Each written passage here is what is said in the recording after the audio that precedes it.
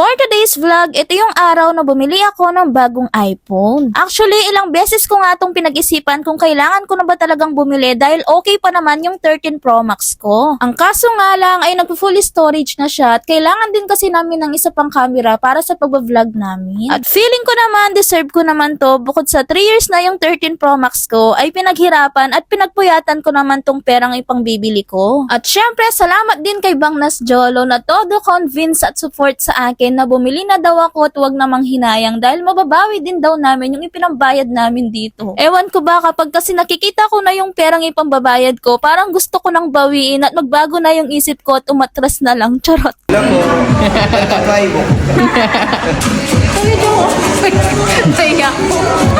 Naiyak ka pa niyan. Kaso ayan, buo na ang desisyon ko na bumili na talaga.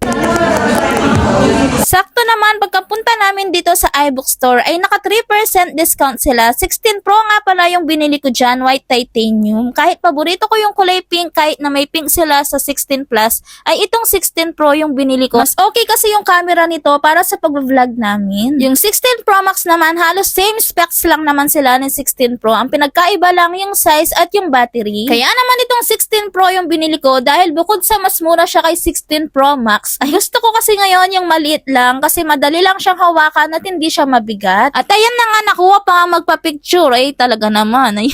Abay, syempre, uuwi si Jepay vlog na masaya. Ay, kaya naman sa mga nagbabalak o gustong mangutang sa akin dyan, abay, wala po akong may papautang sa inyo dahil bumili po ako ng iPhone 16 Pro fully paid. Ay, charot.